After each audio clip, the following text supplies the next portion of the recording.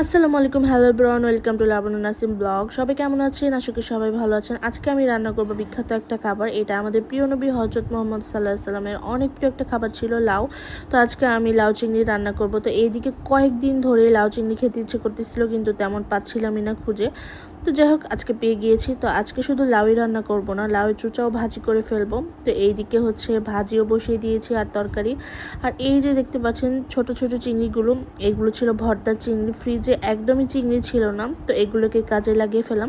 আসলে এই চিংড়িগুলো দিয়ে লাউ মজা, বড় চিংড়ি দিয়ে লাউ তেমন ভালো লাগে না আমার কাছে।